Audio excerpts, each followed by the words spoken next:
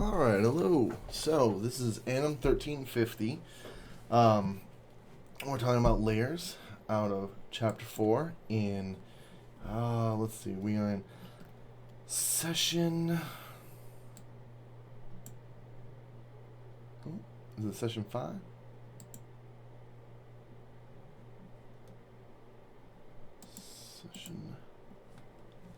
Session 6. Sessions 6, sorry about that.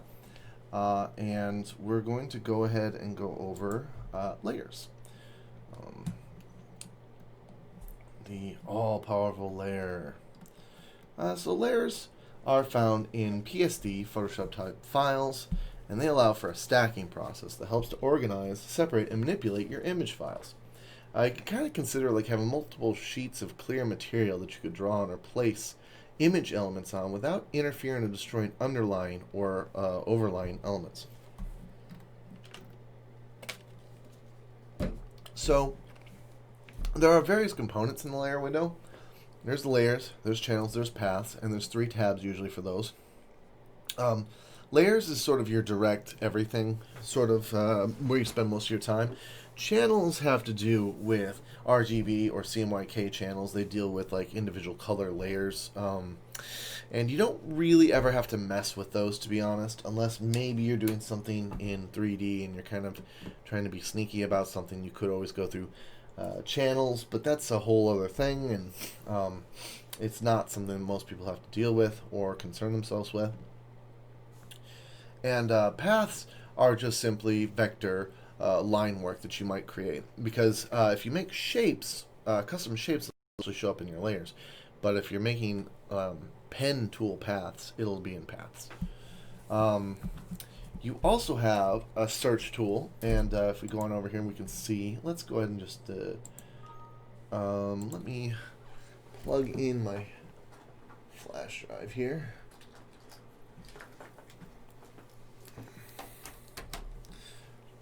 And we'll try and open up that painted chair Neo again.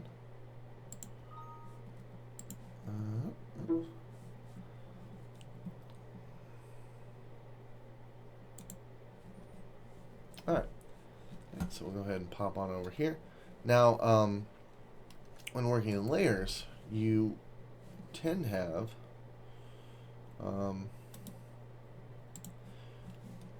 don't mind this. There we go. Let me go ahead and just pull this on up so we can see it. You have a lot of functions. You can search for different specifics. You can color code things. You can name convention things. So, for example, if I want text layers, I can look for those exclusively, or adjustment layers. In this case, I have all adjustment. I have all image layers, right? But I can also type in a name, right? So I could be like, where did that grunge layer go? And there it is, right? Nothing too crazy about that.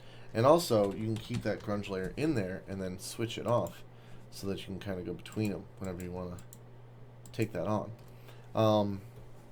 So it's a pretty cool function. You can set that up for most of the functions. You can look for certain modes.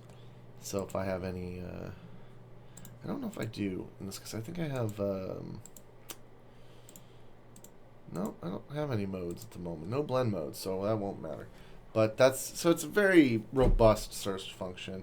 I very rarely use it because I usually name all my layers, and then I can see them as is. Let's see here. Background tree. Right, so no big deal. But let's see what else they got here. Close this down. And let's go to my select tool. Alright. We do have blend modes in layers. Those are, if I go over here to my pink leaves, for example, and I start flipping through blend modes, that's these right here. And they will do different effects. You can see that as I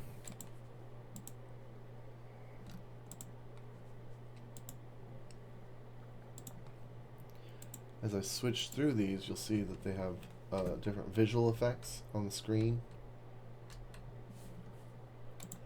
Blend modes are pretty important. It's well worth it to get acquainted with how blend modes work.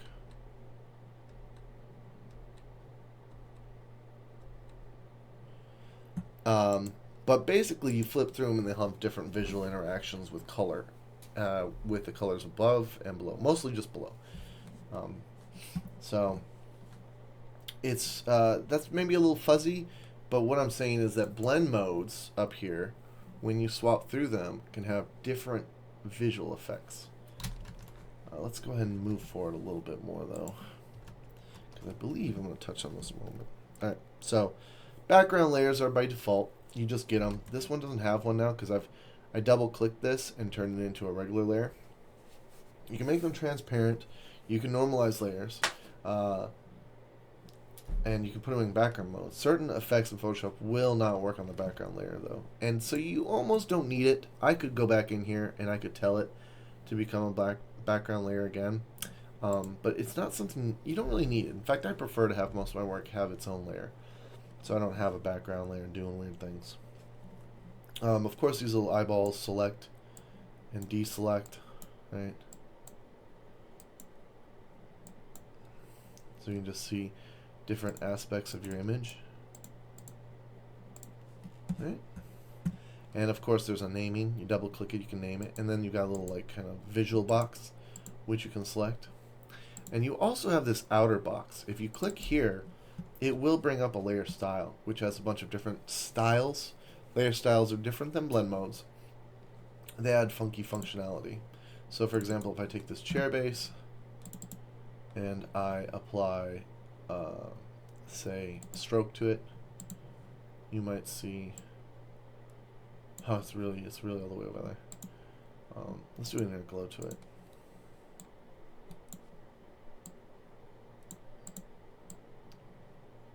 So you can see it's doing weird, funky things.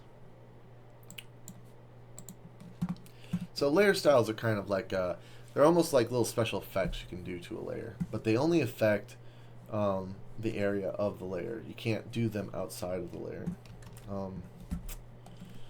Let's see here. Some layer possibilities. You can hide or unhide layers by clicking, as you've seen. Rename them by double clicking. You can copy paste layers that are selected by right clicking them, so you can duplicate them and make more of them, which is actually very useful to multiple duplicates of a layer, so you have multiple of the same exact layer that you can do different things with. You can mask and utilize layer options to detail elements in a layer. You can drag and rearrange those orders of layers, and you can adjust the opacity and change the blending modes. So blending modes can be a huge asset to any image. Make sure to explore their effects on your work. Layers can be affected by the transform tool, so you can move them around, and you can drag and drop other images from folders or Photoshop into your layer. It'll become a little smart function. So you can drag things in here, other pictures and stuff, and they'll pop up. You can drag these layers around on their own. See, if I take this background tree and bring it to the forefront, you'd see all these tree pieces, right? And then you want to do blend modes. You could start doing like funky things with the blend modes, which will be a little trickier because this one's pure black. We can see there's a weird coloration to it now, and opacities can change, so you can soften those effects. All of this is kind of nuanced. It's all very important to kind of master the nuance of playing with these. So you should definitely play around with layers and see what they give you. Like this pink leaves layer I have. No, wait. Is it this grunge layer? Yeah. I actually turned this down to a 63% just because I didn't want it to be too strong. Otherwise it's too much, a little too grunge. And I want to still add other aspects to this. So kind of just leave it floating around that 60 to 63%.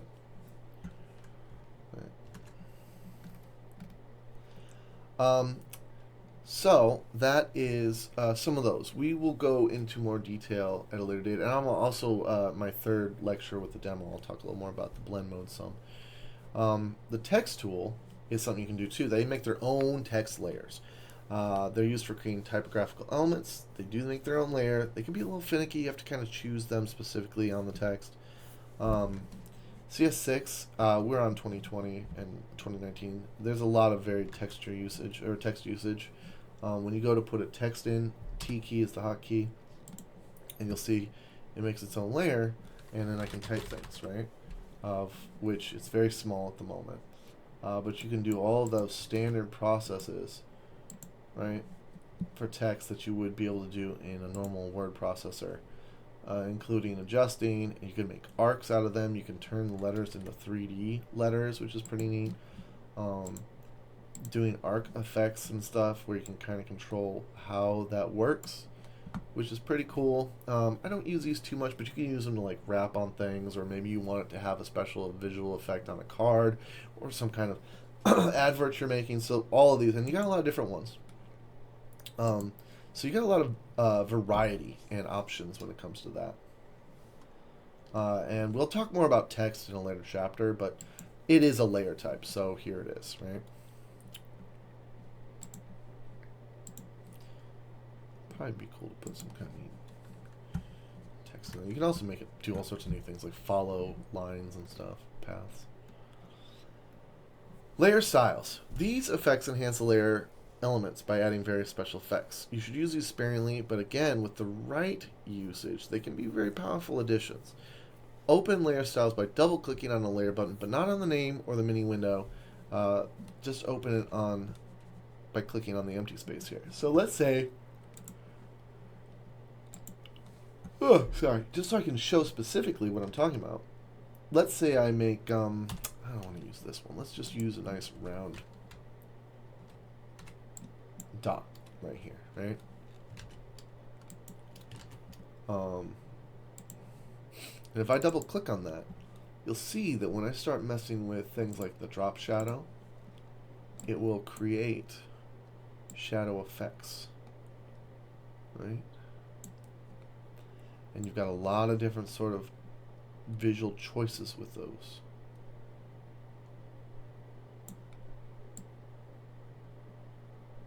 It's pretty cool, actually. I like these little bits and pieces in here. And you can actually go in here, you can really modify it because you can actually change it to have totally different visual effects. And they themselves have little blend modes in them. So it gets really interesting. Right?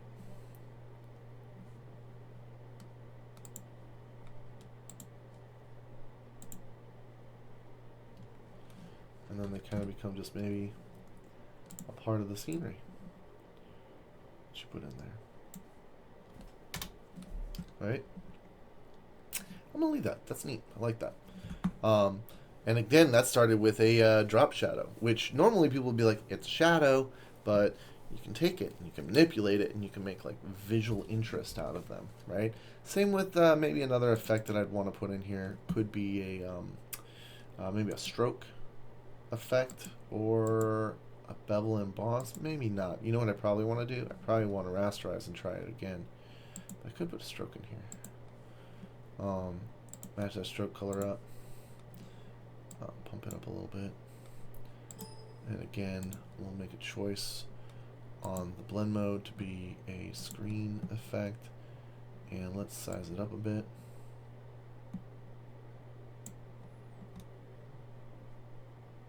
Right?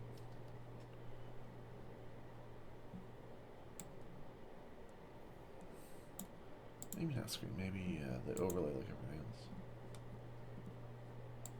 And maybe make that a little brighter.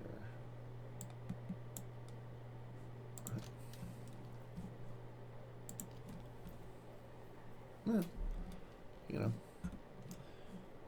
you can do neat things is the point. You can make these really cool effects, and then I could turn the whole opacity down on it to really kind of let it blend itself in.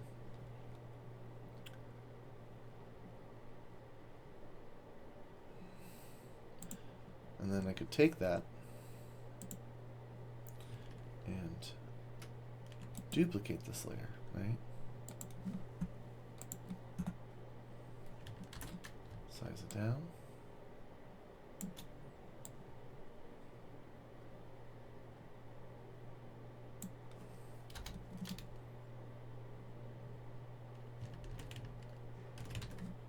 duplicate another one. Uh-oh.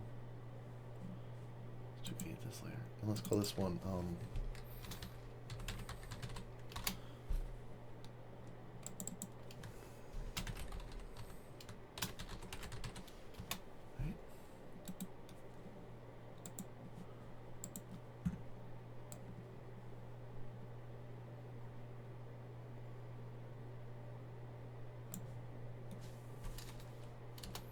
right? So all of a sudden we're kind of creating interesting visual aspects on here. Let's save that.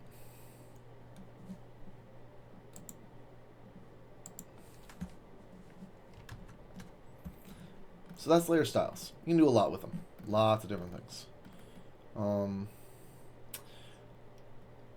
Adjustment layers are very specific. They're used to create, I mean, they're pretty powerful also. They're a variety of them, from adjusting brightness, contrast on something, to the levels, to curves. They're mostly for changing colors, saturations, intensities. And that's something that I should talk about in tonight. I'm gonna do. I'll have my third lecture will be a little demo. So I'll talk more about saturation, hue, and tone, right?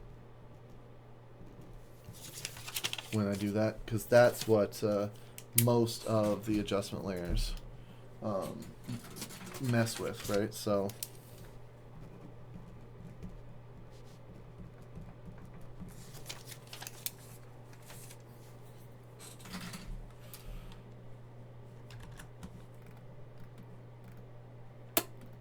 so yeah, well, I'll show more of a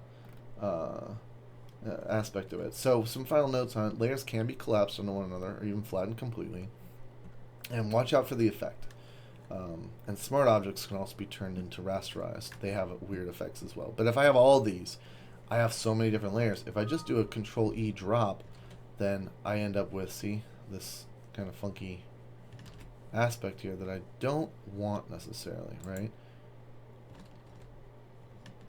Don't want that. But if I flatten the whole thing, flatten image, it will maintain its consistency as is. So that's kind of an important distinction. Just dropping layers on one another doesn't always give you the same results. But flattening all of it will give you one piece that is entirely on itself. All right, so yeah, check out the second and third lectures as well. Then the third one, I'll have a demonstration. I'll go a little more into what I mean by hue, saturation, hue, and tone. All right, thank you.